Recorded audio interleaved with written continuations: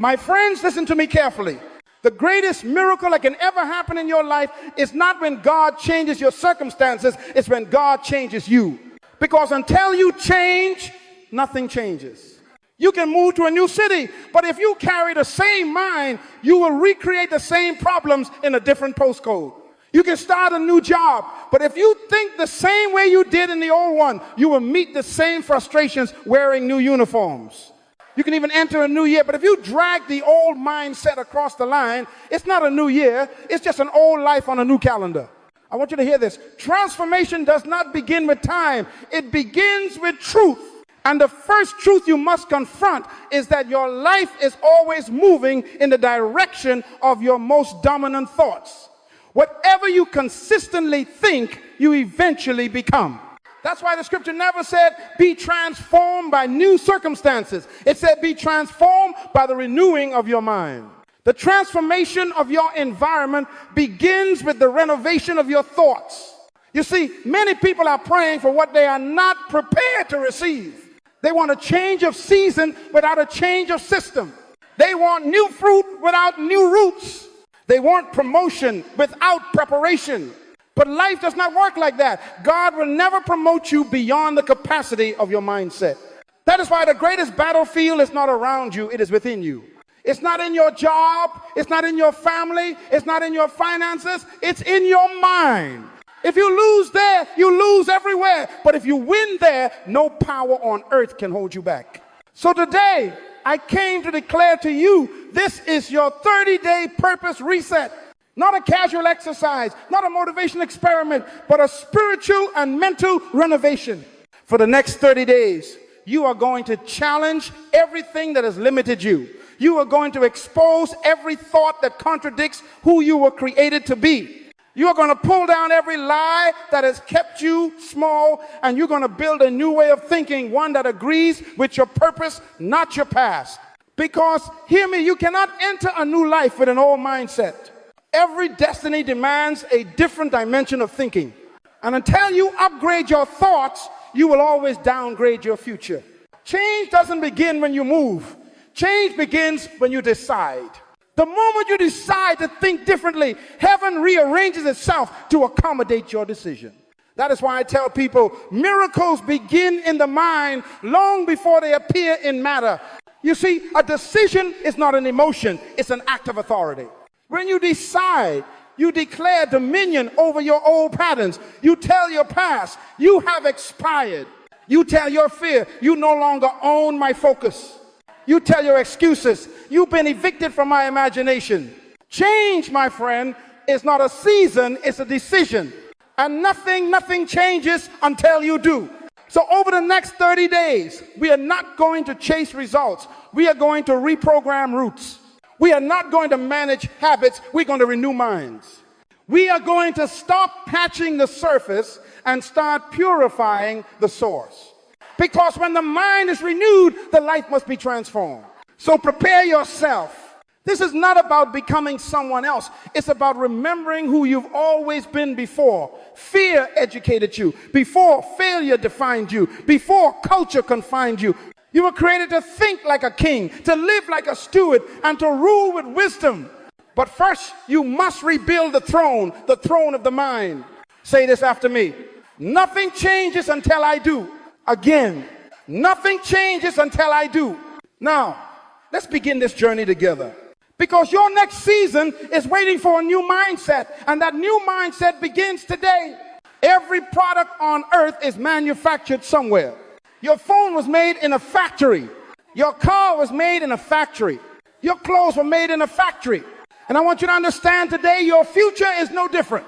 Your future is being manufactured right now in the factory of your mind. Whatever you think about consistently, you are building a model of it inside you. That's why your life will always reproduce the patterns of your thinking. You cannot rise higher than your thoughts, because your thoughts are the architects of your reality. If you want to know where a person is going, don't ask for their goals, listen to their thinking. Every destiny, every downfall, every deliverance begins as a thought. A thought is the seed of every action, the parent of every decision, the blueprint of every tomorrow. So if you want to change your life, stop fighting the fruit and start changing the root. And the root is always the mind. Let me tell you something. Your mind is the most powerful, the most dangerous, and the most sacred piece of real estate in the universe. It's the only territory where God and the devil both want ownership. Because whoever controls your mind controls your movement. That's why the scripture says, as a man thinks in his heart, so is he. It didn't say as he wishes or as he prays. It said as he thinks. Prayer changes things, yes, but prayer without a renewed mind only recycles pain. You see, many people don't have a faith problem, they have a thinking problem. They believe in God, but think like victims. They go to church, but reason like prisoners. They speak faith, but imagine failure. And as long as your imagination is infected, your manifestation will be restricted. The mind is where God begins his work. Before he gives you new provision, he gives you new perception. Before he changes your address, he changes your awareness. You can't enter the promised land with a wilderness mentality. The children of Israel left Egypt physically, but Egypt never left their minds, and that's why they died in the desert. God had freedom ready for them, but their minds were still married to bondage. You can never possess what you have not mentally permitted. Let me tell you a principle. Whatever your mind can contain, your life will eventually sustain. If your mind cannot hold abundance, your life will reject it. If your mind cannot picture peace, your life will keep attracting chaos. That's not superstition, that's spiritual law. Because your mind is the soil where your life grows. And soil does not decide what it produces, it only grows what you plant. So I must ask you, what seeds are in your soil? What are you feeding your thoughts every day? Are you nourishing your mind with fear, comparison, complaint, and gossip? Or are you feeding it with truth, vision, purpose, and gratitude? Because just like your body becomes what you eat, your mind becomes what you meditate on. Whatever you consistently allow in your head will soon become visible in your habits. That's why I tell people, never outsource your thinking. Most people are not thinking, they're just remembering. They're walking around with secondhand convictions, inherited opinions, borrowed beliefs. They rent popular perspectives instead of owning personal revelation. But a renewed mind refuses to be a tenant of culture. It becomes the landlord of conviction. A strong mind doesn't follow trends, it follows truth. It doesn't wait for consensus, it operates by conviction. It doesn't echo the crowd, it establishes clarity. That's mental authority. That's what separates leaders from followers, thinkers from imitators, creators from complainers. And I want you to write this somewhere in your heart. Your circumstances are mirrors of your mindset. If you want to change what you see, change how you see. That's the law. It's unbreakable, unchangeable, undeniable. The mind is the factory of your future. If you don't like what's coming off the assembly line of your life, it's time to change the design in your thoughts. Don't just wish for a better life, think a better life. Don't just pray for a new year, prepare a new mind. Because when the mind is renewed, the man is reborn. And when the man is reborn, the future must respond. So before we move into the next stage of this journey, settle this once and for all. You are not waiting on opportunity. Opportunity is waiting on the upgrade of your mind. You are not trapped by circumstance. You are limited by perception. And perception can change today. Say this with me. My mind is my factory. My thoughts are my tools. My future is my product. Now, we are ready to begin construction. Before you can live differently, you must believe differently about who you are. Because identity is the foundation of destiny. You will never rise higher than the way you see yourself. If you think small, you will live small. If you think unworthy, you will settle for crumbs when you were born to sit at the table. If you see yourself as a mistake, you will treat purpose as an accident. That's why your first 7 days are not about doing more. They're about becoming aware.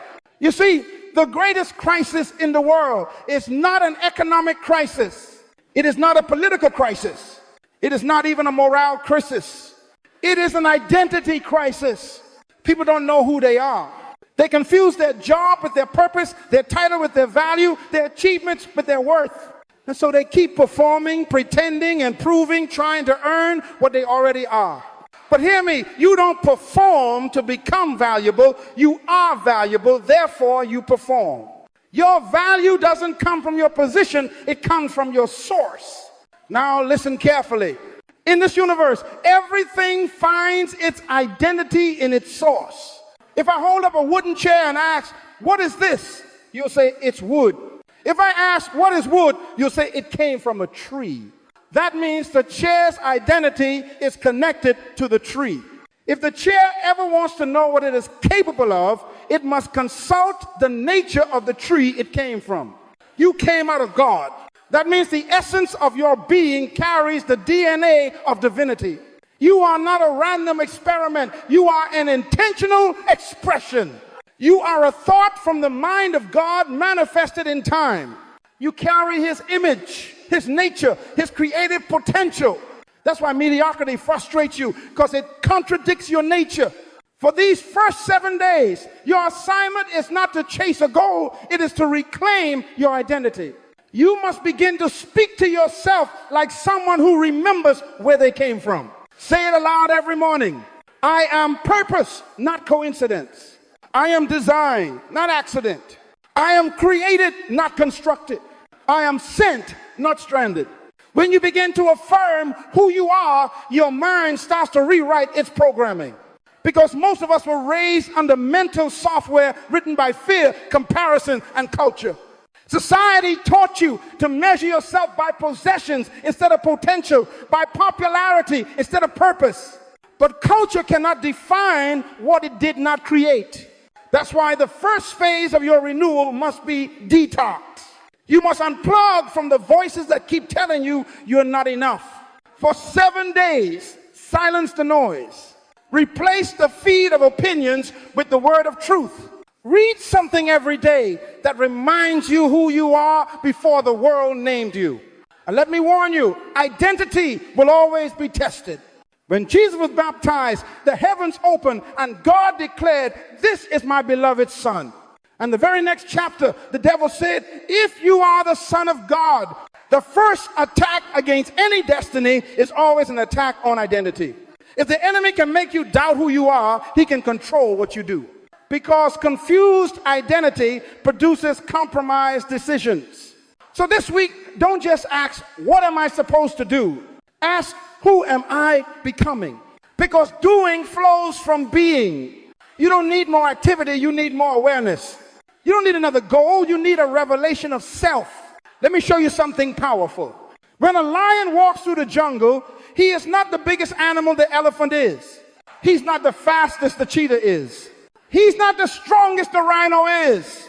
Yet when the lion shows up, everything runs. Why? Because of how he thinks. The lion's power is not in his size, it's in his self-perception. The lion believes he's king, and that belief commands behavior. Your environment responds to your internal conviction. So if you want the world to treat you like royalty, you must think like one. Not arrogantly, but accurately according to your original design. Kingship is not pride, it is purpose recognized. Therefore, for the next 7 days, feed your identity. Read one truth about who you are every morning. Speak your identity. Declare it aloud before the day begins. Protect your identity. Avoid any environment that insults your purpose. Because you cannot build a strong future on a broken identity. You can't create new outcomes with an old self-concept. Until you rediscover who you are, you'll keep repeating what you were.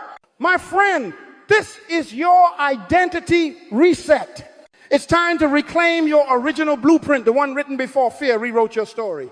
God did not create you to survive life. He created you to represent him on earth. You are not a reactor to circumstances. You are a creator of influence. You are not a product of environment. You are an environment of purpose. So declare it today, not with arrogance, but with awareness. I know who I am. I know whose I am. And I know why I am. Because until you rediscover who you are, you will never know what you're capable of. And when you finally remember your true identity, fear will lose its vocabulary and purpose will find its voice. Failure, a word that has imprisoned more dreams than fear itself.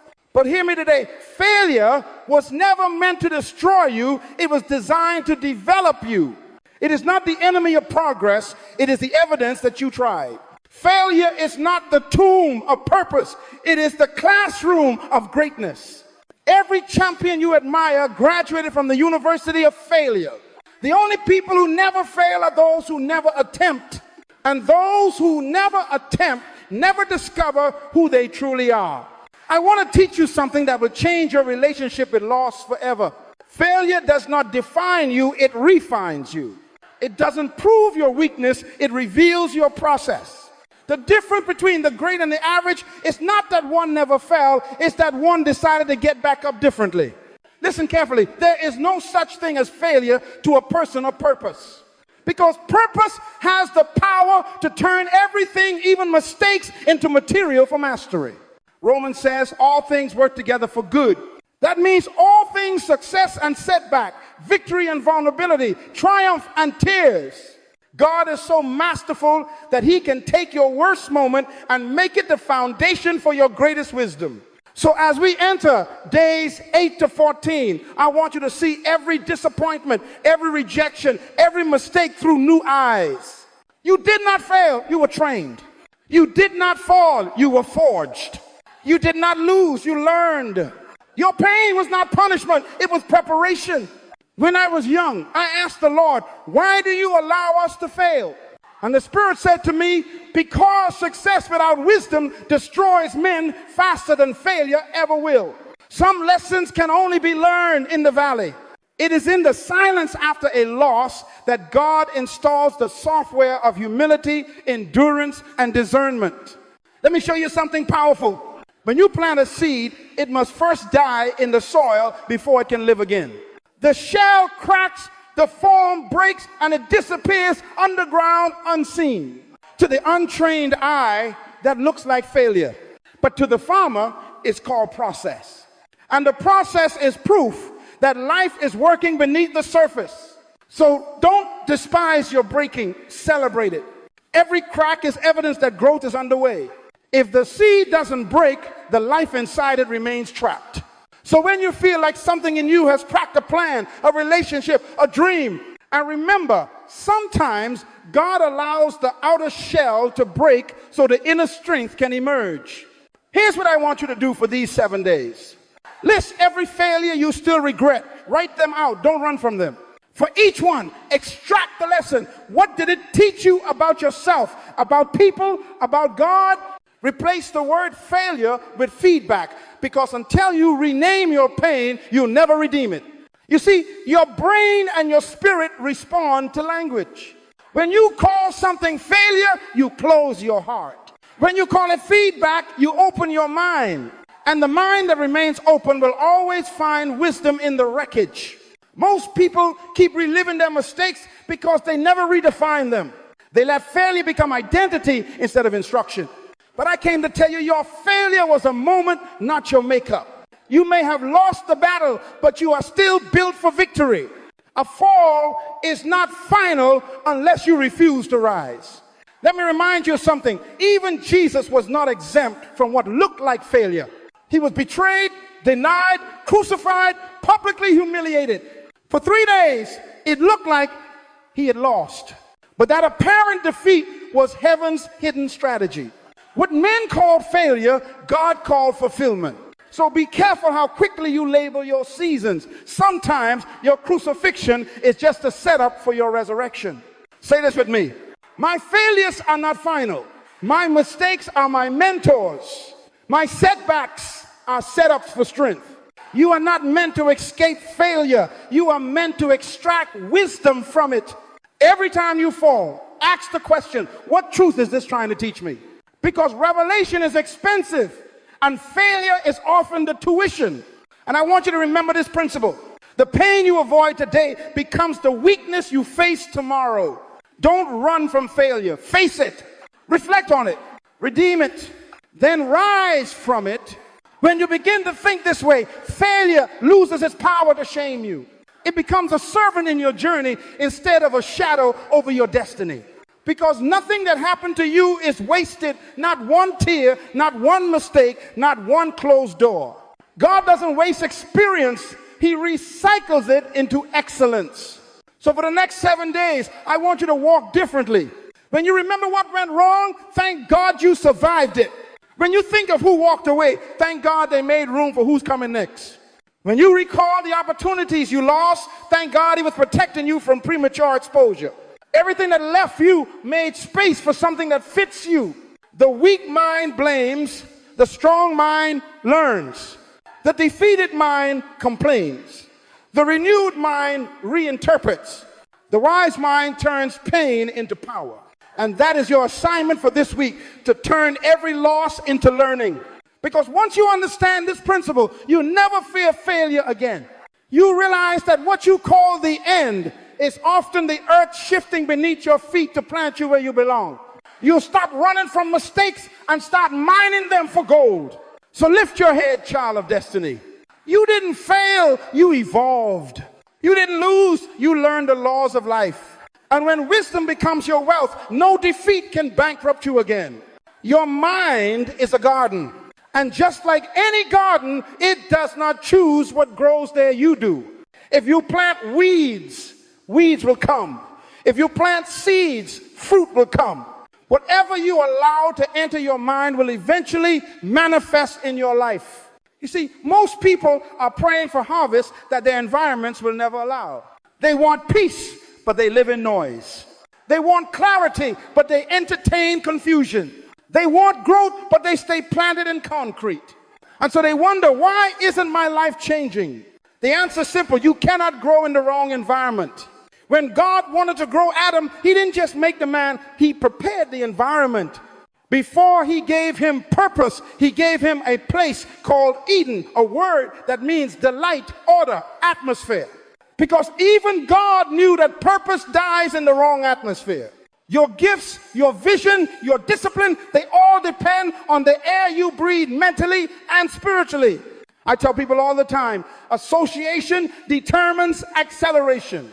If you walk with the wise, you will become wise. If you walk with the foolish, you will stumble in their patterns. If you surround yourself with dreamers, your imagination will expand. If you surround yourself with complainers, your spirit will shrink. Write this down. Environment is stronger than willpower. You can have the best intentions, but if you stay in toxic soil, even your best seed will suffocate. That's why for the next 7 days, I want you to audit your environment. And the 3 gates of the mind. There are 3 doors through which your environment enters your soul. The ear gate, what you hear. The eye gate, what you see. The mouth gate, what you say. Let's deal with each one. 1. The ear gate guard, what you hear. Faith comes by hearing, but so does fear. Your ear is the entry point to your belief system. What you continually hear becomes what you eventually believe. That's why you must be careful who has the right to speak into your life. Some people sound wise but carry poison in their words. They plant doubt disguised as concern, envy disguised as advice. Protect your ears. Limit access. Because not everyone who talks to you deserves your attention.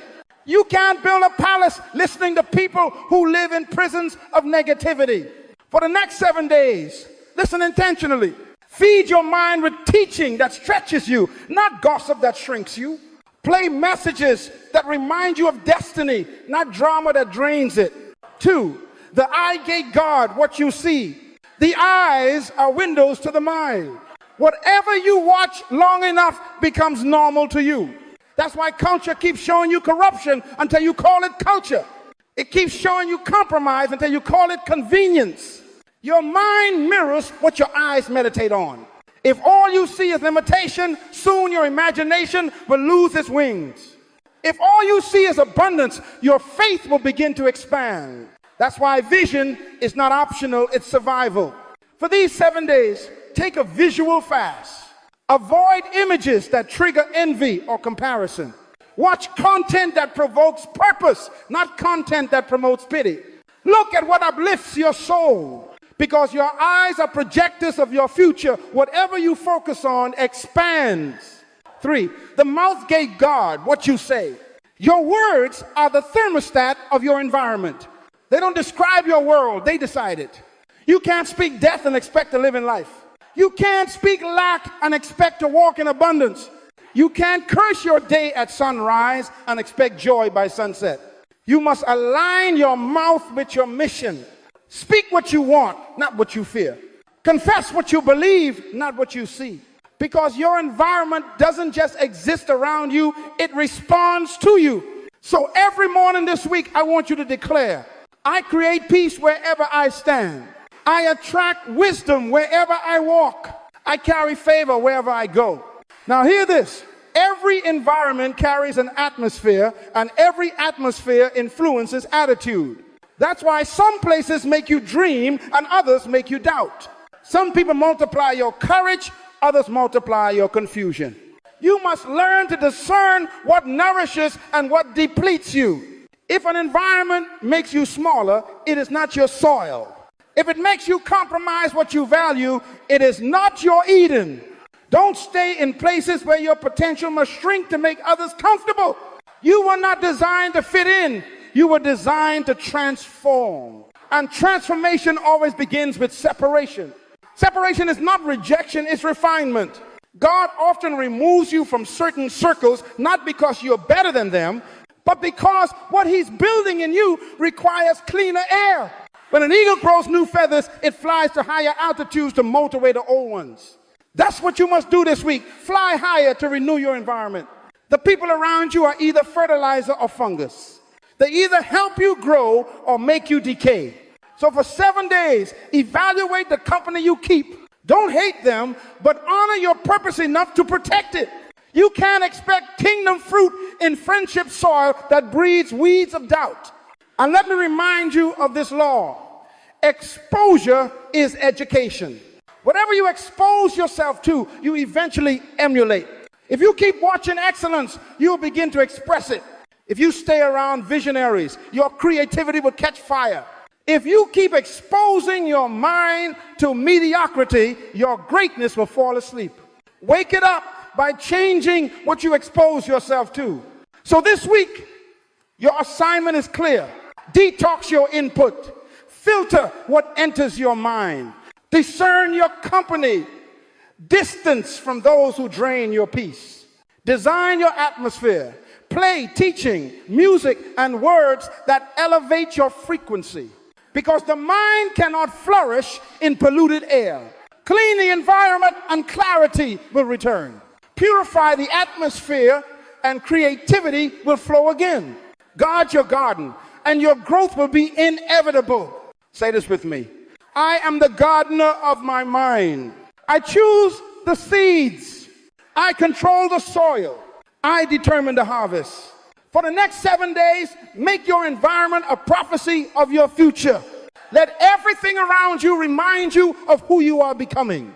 Because destiny is not a mystery, it's a product of atmosphere. And when the air changes, the fruit must follow. There comes a time in every person's journey when belief must become backbone.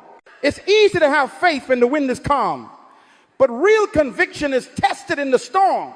You don't know what you truly believe until what you believe is tested.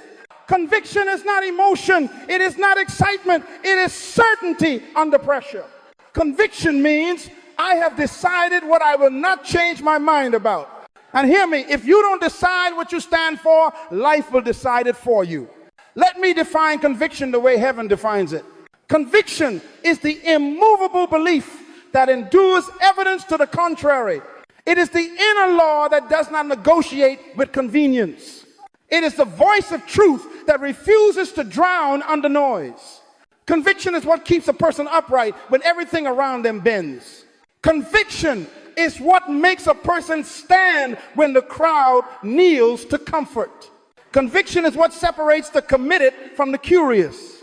For these next 5 days, you are going to build a mind that cannot be bought, broken, or bribed.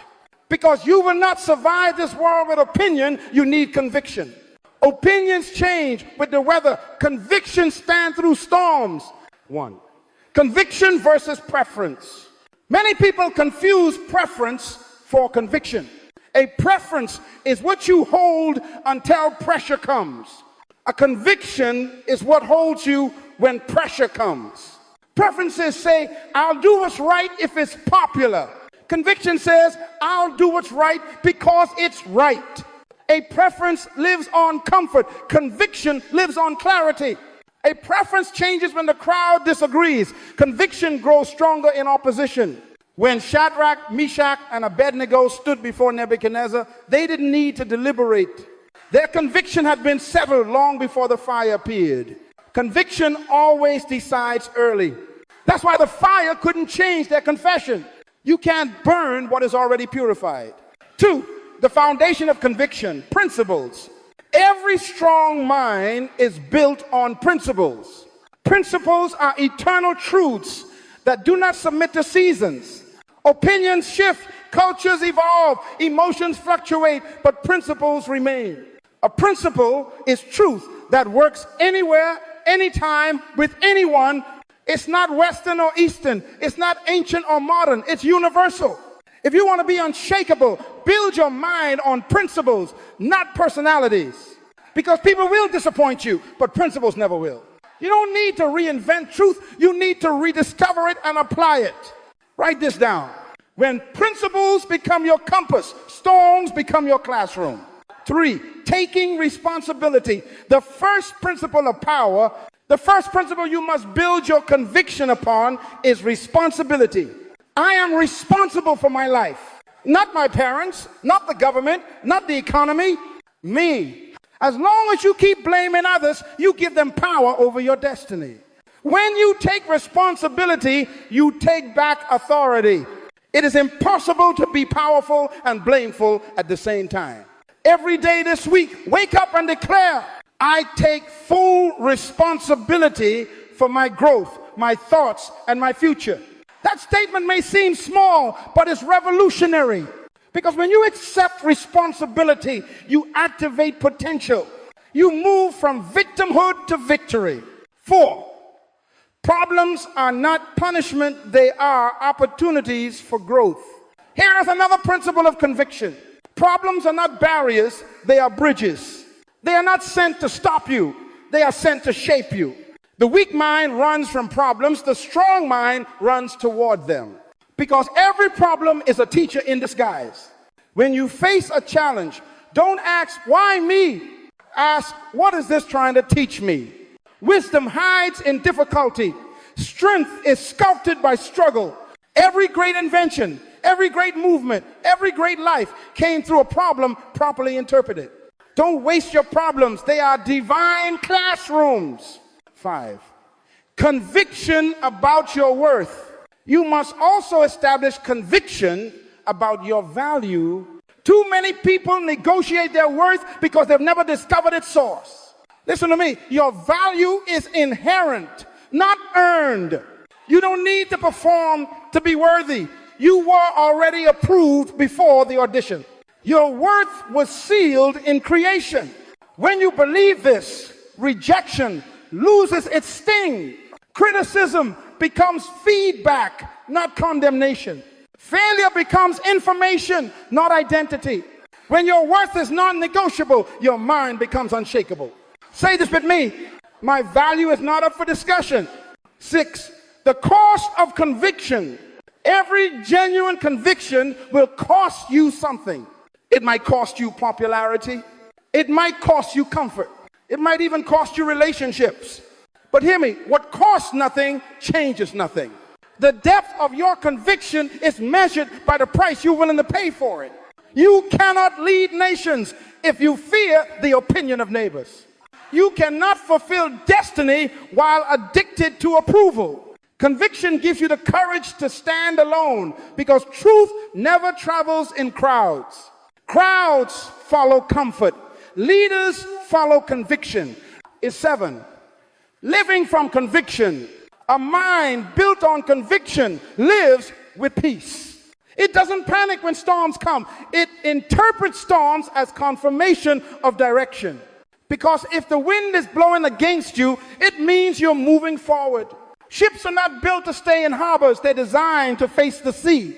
When you have conviction, you stop reacting and start responding. You stop living emotionally and start living intentionally. Conviction turns chaos into clarity. It makes you calm under pressure because you've already decided who you are before the test arrives. So this week, as you go through your 30-day purpose reset, I want you to write 3 convictions that will define your next season.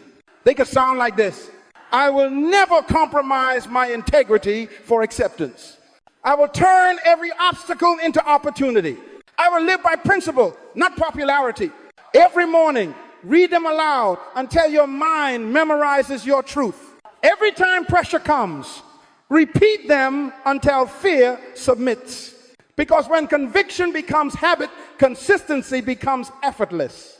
Say this now with authority. I know what I believe. I know why I believe it, and I will not be moved. Conviction does not shout, it stands. It does not fight for attention. It simply endures until truth proves it right. When you live from conviction, you become a pillar in a collapsing world. And the world is desperate for pillars right now. So for these 5 days, build yours. Let conviction become your compass, your code, your character. And when the storms come, and they will, you will not fall. Because your roots will be deep, your mind will be firm, and your faith will be unshakable. Now, my friend, we have come to the final stretch before your transformation becomes visible. You have renewed your identity. You have redefined your failures. You have cleansed your environment. You have anchored your conviction. Now it is time for the proof application, because revelation without application is delusion. You can quote truth and still live in chains if you never apply it. You can attend seminars, read books, say amen in every service, but until you act on what you know, your knowledge remains potential, not power. That is why the scripture does not bless hearers. It says, blessed are those who do. The blessing is not in the information, it's in the implementation. For too long, people have mistaken learning for progress. But learning is only potential energy. Application is kinetic energy. It moves you forward. The difference between thinkers and achievers is not IQ, it's implementation. The world rewards not those who know truth, but those who use it.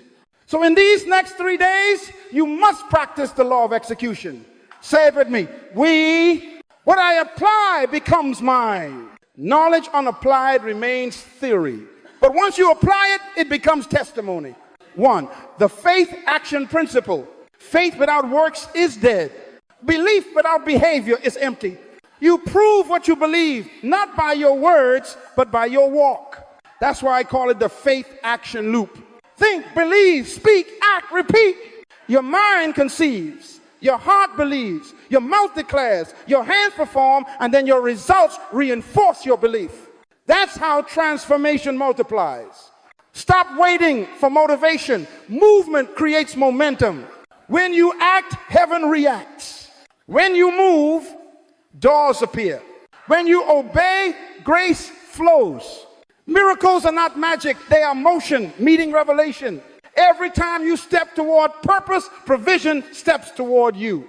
That's why God told Joshua, every place the sole of your foot shall tread, I have given it. Notice not where you wish to tread, but where you walk. God doesn't bless intention, he blesses execution. 2, start small, but start now. Many people delay destiny because they're waiting for perfection. They say, when I have more time, when I have more money, when I have more confidence. But you will never have perfect conditions.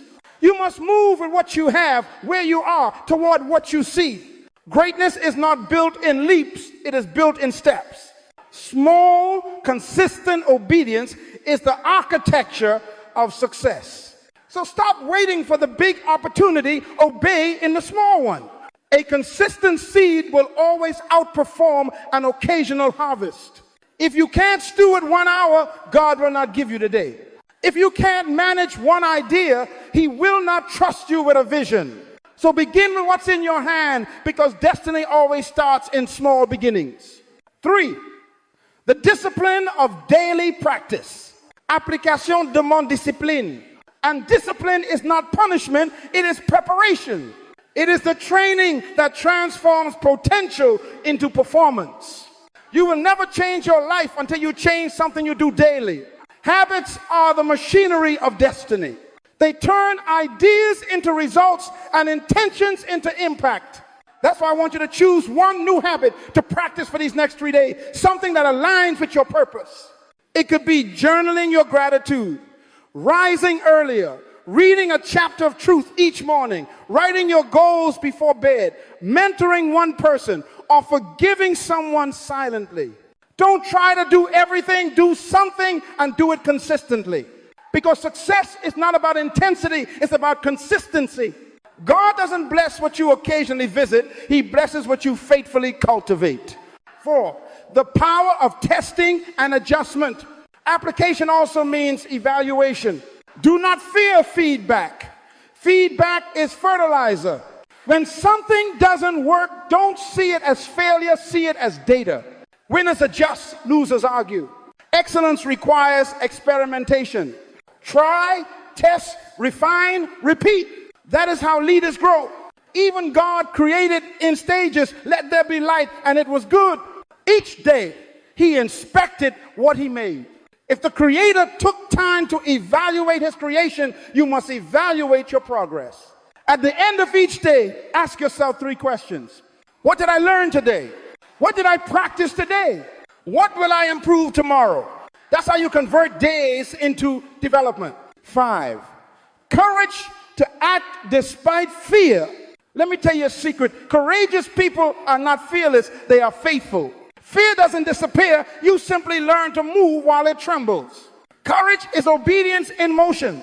It's when you act on instruction, not emotion. The miracle you're praying for is often waiting on the step you're afraid to take. Peter only walked on water when he stepped out of the boat. Faith grows legs when you move toward the unknown. Fear paralyzes imagination. Faith activates creation. So in these final days, practice doing one thing every day that fear told you not to do. Make that phone call, start that plan, end that compromise. Take the step even if it shakes you, because obedience today will become authority tomorrow. 6, application unlocks authority. You see, authority in life does not come from titles, it comes from testing truth. When you practice what you know, you gain the right to teach it. When you live what you preach, your words carry weight. Authority is earned through obedience. This is why Jesus didn't just know the word, He became it.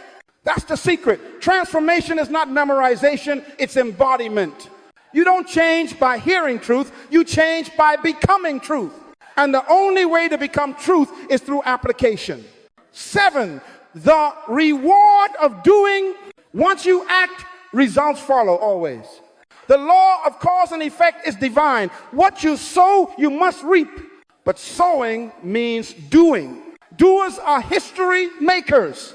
The Bible says, the doers of the word shall be blessed in their deed. Notice, not blessed in their dream, not blessed in their desire, blessed in their deed. Blessing meets you at the level of your doing. And when you begin to act, confidence replaces confusion. Action creates clarity. Movement breeds revelation. You will begin to see new doors because motion unlocks dimension. So for these 3 days, I want you to live like this. Day 27, choose one truth you've learned and act on it immediately. Day 28, evaluate the result and refine the habit. Day 29, repeat the process and declare, I am a doer, not a dreamer. Remember this forever. God never blesses intention, He blesses implementation. Faith is not believing God can, it's acting like He already has. So rise up and act. Don't wait for a sign, become the sign. Don't wait for doors, knock until they open. Don't wait for change, move until it manifests. Say this with me. I am not waiting for opportunity, I am walking in it. I will act on what I know. I will become what I believe, and I will finish what I start. Because doing is the bridge between revelation and realization. And when you cross that bridge, your destiny will no longer be potential, it will be performance. You've made it. 30 days of intentional transformation. 30 days of mental renovation. 30 days of rediscovering the power of your mind. And today, we seal it. Because today is not just another day. Today is a ceremony. A ceremony is not an event. It is a declaration of transition. It is when one season bows and another one begins. It is when the old self shakes hands with the new self and says, my work is finished. And so, my friend, welcome to your renewal ceremony. You are not here to repeat another year. You are here to create one. You are not entering time. You are entering transformation. You are not waiting for the future. The future is waiting for you. Let's begin where all change begins, in the mind. 1, review the journey. For 30 days, you have been rebuilding the inner architecture of your destiny. You started with your identity reset, rediscovering who you are in your source. You learned that you are not defined by labels, losses, or limitations, but by divine design. Then you embraced the failure reset, where pain became your professor and mistakes became your mentors. You stopped calling it failure and started calling it feedback. You saw that every defeat carried hidden instruction. You cleansed your environment, the garden of your mind. You guarded your ear gate, your eye gate, your mouth gate. You decided that peace is not a gift you wait for, it is an atmosphere you build. You establish conviction, the unshakable principles that anchor you in every storm. You discovered that conviction costs something, but it buys you everything. And then you practice application, turning revelation into reality. You acted on what you knew until truth became habit and knowledge became lifestyle. Now, on this 30th day, it is time to seal the transformation. Not as an idea, but as identity. 2, renewal begins with remembrance. The first law of renewal is remembrance. Never forget what God has taught you in the silence. Memory is the mother of mastery. When you remember, you reinforce. When you recall, you rebuild. And when you rehearse truth, it becomes instinct. So today, take a moment not to ask, but to acknowledge. Acknowledge how far you've come. Acknowledge the battles you've survived. Acknowledge the thoughts you've conquered. You are not the same person who began this journey 30 days ago. You may look the same outwardly, but inwardly, new construction has taken place. Walls of fear have fallen. Foundations of purpose have been laid. Windows of clarity have been opened. Say this softly to yourself. I thank God for my renewal. I thank Him for my mind. I thank Him for my process. 3, the mind as sacred territory. Now listen to me. From this day forward, treat your mind as holy ground. Don't let just anyone walk through it. Don't let just anything grow in it. Don't let confusion find a bed in it. You are the custodian of the most powerful creation tool in existence, your mind. With it, you design your world. With it, you shape nations. With it, you speak destiny into motion. God gave you that mind not to memorize problems, but to manufacture solutions. Not to repeat history, but to rewrite it. Not to chase success, but to create significance. So from this day forward, think on purpose. Think truth. Think possibilities. Think principles. Because thought is the womb of creation. Whatever you think long enough, you will give birth to. 4, aligning thought, speech, and action. Renewal is not just in thinking differently, it's in living differently. So today, align your mind, your mouth, and your movement. Let your mind conceive only what reflects your source. Let your mouth confess only what agrees with your conviction. Let your movement confirm only what you believe. This alignment is divine architecture. It creates harmony between heaven's will and your daily walk. When your thoughts, words, and actions agree, power flows unhindered. Heaven cooperates with clarity. Say this aloud. From today, my thoughts serve my purpose. My words reinforce my faith. My actions manifest my conviction. 5, the blueprint of a new year. Now, we laid a blueprint for your new year, not a wish list, but a vision plan. Stop living by reaction, start living by design. Ask yourself 3 questions as you enter this next season. Who must I become this year? What must I master this year? What must I release this year? Because destiny is not about addition, it is often about subtraction. Growth is not always gaining, sometimes it's shedding. Shedding fear, shedding indecision, shedding every thought that contradicts your divine nature. This is your architectural work to construct a year that reflects the renewed you. Not a year built by default, but a year built by design. 6, the act of dedication. Now, dedicate your renewed mind, consecrate it like a temple, because that's what it is. You are the sanctuary of thought through which divine ideas enter the world. Say with authority, I dedicate my mind to wisdom. I dedicate my words to truth. I dedicate my work to excellence. I dedicate my days to purpose. This is not poetry, this is prophecy. What you dedicate becomes divine, and what you make sacred, heaven will protect. From this day, treat your time as treasure. Treat your thoughts as resources. Treat your purpose as royal assignment. Because you are no longer a wanderer, you are an architect. You don't wait for the future to happen, you design it with discipline. 7, declaration of renewal. Now, I want you to speak this as a decree, like a king reclaiming his crown. Raise your head, square your shoulders, and say it from the depths of conviction. This is my renewal ceremony. My old thoughts are gone. My new mind has come. I am no longer a prisoner of fear. I am a steward of faith. I no longer follow opinion. I live by principle. My vision is clear. My purpose is alive. My conviction is unshakable. I create. I lead. I transform. I am the architect of my year, the builder of my destiny, and the servant of my source. Let that declaration echo inside you until it becomes identity. Because once a mind declares truth, the universe rearranges to obey it. 8, closing charge. And now, as this 30-day purpose reset concludes, I charge you, never go back to small thinking. Never shrink to fit the expectations of others. Never apologize for clarity. Never trade your conviction for comfort. And never forget nothing changes until you do. You are no longer the product of circumstance. You are the producer of destiny. You are no longer seeking purpose. You are walking in it. The next year of your life will not happen to you, it will happen through you. Go, therefore, and think like a king. Create like a leader. Live like a steward. And every day, remind yourself, my life is the proof of a renewed mind. The ceremony is complete, but your creation has just begun.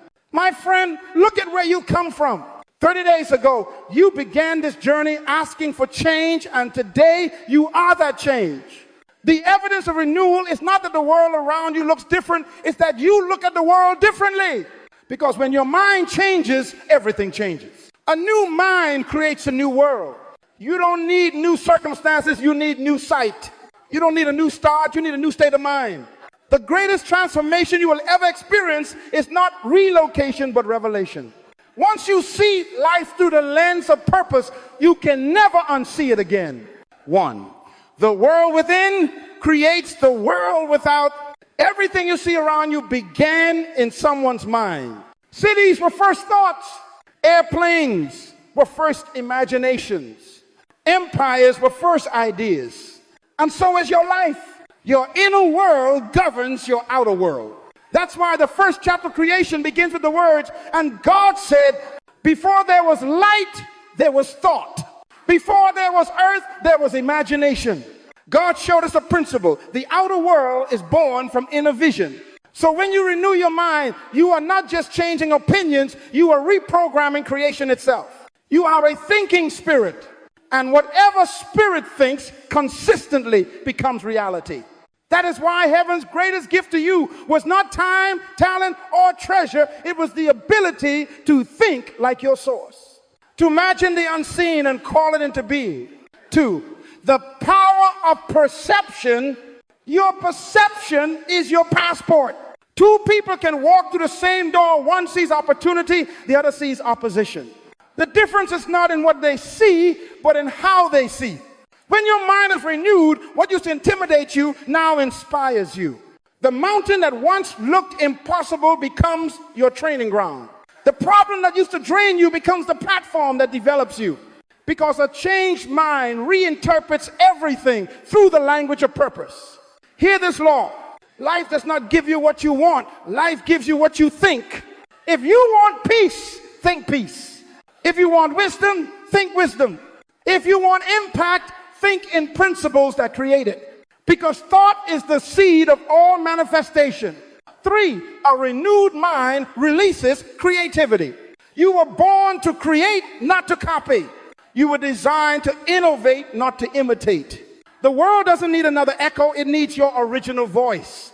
When your mind is renewed, you stop asking, who will let me, and start declaring, who can stop me? You stop competing with others and start completing your assignment.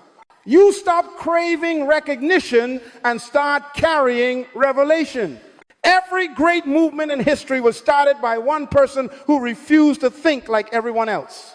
You are that person for this generation.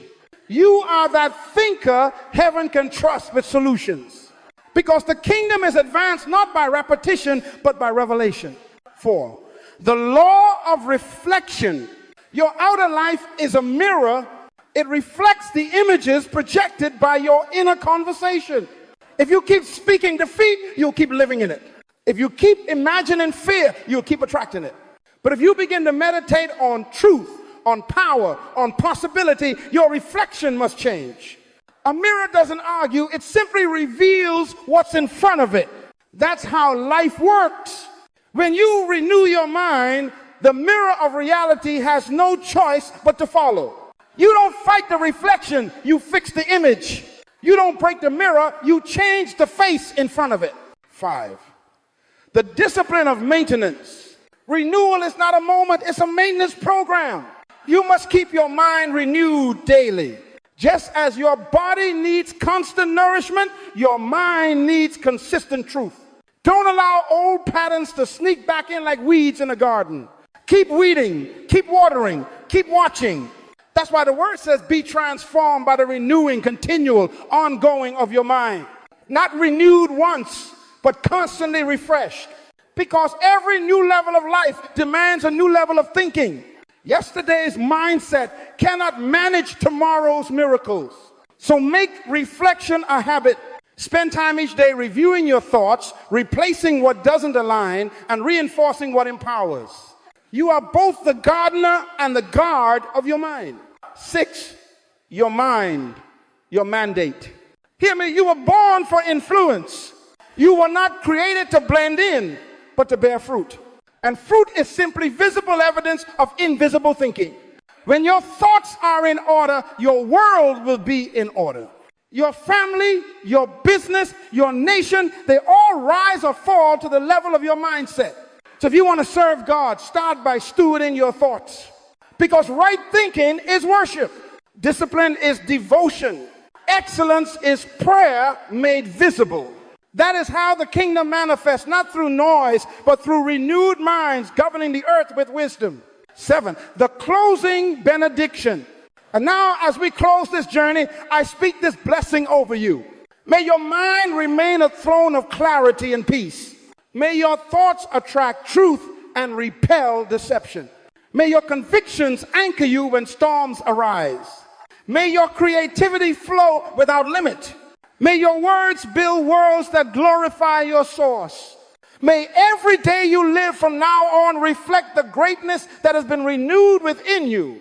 Because you have changed your mind, and when the mind changes, destiny cannot remain the same.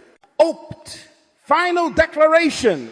Now, repeat this after me, not as motivation, but as a covenant. I am renewed. My mind is free. My purpose is alive. My thoughts are aligned. My vision is clear. My actions are disciplined. My conviction is unshakable. My words are creative. My life is evidence of transformation. And I declare to you, the world will never be the same again. Because wherever a renewed mind walks, new creation follows. So step out of this lesson not as a listener, but as a leader of thought. Go and build the future God showed you. Live by principle. Lead with wisdom. And remember forever, change your mind and you change your world. That is the law of transformation. That is the gospel of renewal. That is the legacy of your 30-day purpose reset. The lesson is complete. The ceremony is sealed.